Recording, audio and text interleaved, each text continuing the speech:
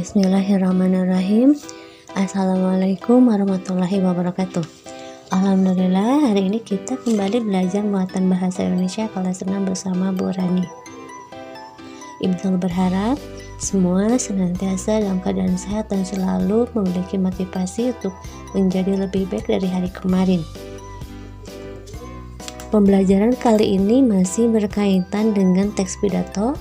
Oleh karena itu, KD dalam pembelajaran pun masih 3.3 dan 4.3. Materi dalam pembelajaran kali ini ialah langkah-langkah menyusun teks pidato dan hal-hal apa saja yang harus diperhatikan saat berpidato. Oleh karena itu, tujuan dari pembelajaran ini, setelah menyimak penjelasan dari guru, siswa mampu mengetahui langkah-langkah menyusun teks pidato dan hal-hal yang harus diperhatikan saat berpidato, hingga bisa membuat sebuah teks pidato berdasarkan tema yang sudah ditentukan. Pada pembelajaran sebelumnya, anak-anak semua sudah mengetahui pengertian pidato, bagian-bagian pidato, dan tujuan pidato. Nah, langkah-langkah apa saja yang harus disiapkan ketika akan menyusun sebuah naskah pidato? Yang pertama, menentukan tema atau pokok pembicaraan.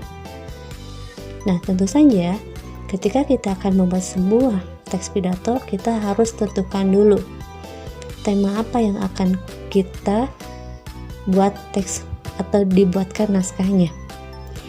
Tema tentu saja harus disesuaikan dengan peristiwa yang melatar belakangi pidato. Contohnya, Dirgahayu Republik Indonesia ke-76. Nah, itu mungkin temanya. Kemudian yang kedua, mendaftar pokok-pokok isi yang akan disampaikan dalam pidato. Apa saja yang akan disampaikan dalam isi pidato kalian? Nah, agar memudahkan penulisan sebuah naskah pidato, silahkan tentukan dulu pokok-pokok yang akan disampaikan. Isinya itu apa aja. Nah, tadi sudah dicontohkan temanya Dirgahayu Republik Indonesia ke-76. Sebagai contoh, pokok-pokok isi akan disampaikan, misalnya temanya spesifik lagi, Dirgahayu Republik Indonesia ke-76, bangga menjadi siswa-siswi sekolah madrasah. Nah, pokok-pokoknya apa aja isinya? Bisa saja apa yang menjadi kebanggaan kalian sebagai murid sekolah madrasah. Nah, itu ya. Kemudian yang ketiga, menentukan tujuan pidato. Untuk apa pidato itu disampaikan? Kemudian yang keempat, menyusun kerangka pidato. Nah, kerangka pidato ini sebagaimana yang sudah Ibu sampaikan pada pembelajaran sebelumnya.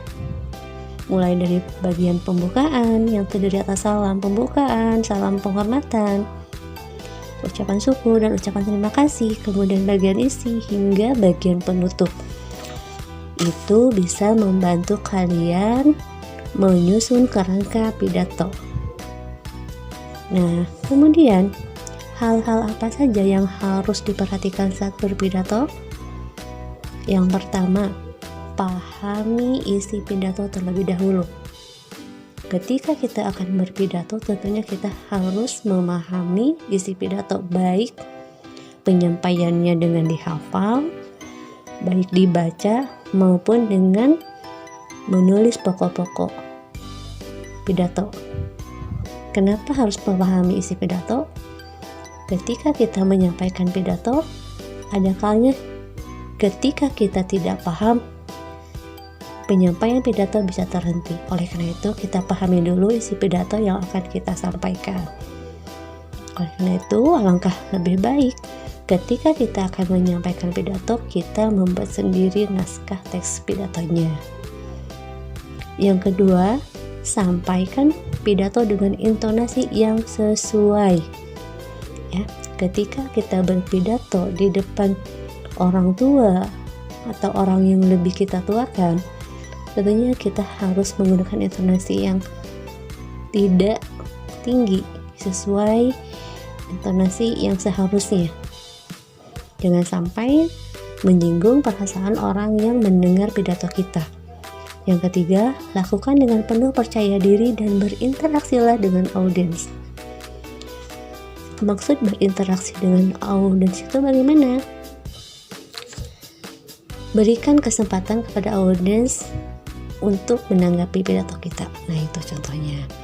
Nah, untuk mengerjakan apa yang sudah Ibu sampaikan sebagai tujuan pembelajarannya, yaitu silahkan kalian buat sebuah teks pidato, temanya Dirgahayu Republik Indonesia, kami bangga menjadi siswa-siswi sekolah madrasah. Nah, setelah kalian membuat naskah pidatonya, kalian tentukan naskah tersebut dengan bagian-bagian pidato yang sudah Ibu sampaikan. Ya, apakah sudah lengkap semuanya atau belum? Oke, semoga dipahami. Silahkan dikerjakan. Jangan lupa kirimkan hasilnya kepada Bu Rani. Jika masih ada yang belum dipahami, silahkan tanyakan ke Bu Rani. Semangat mengerjakan. Wassalamualaikum warahmatullahi wabarakatuh.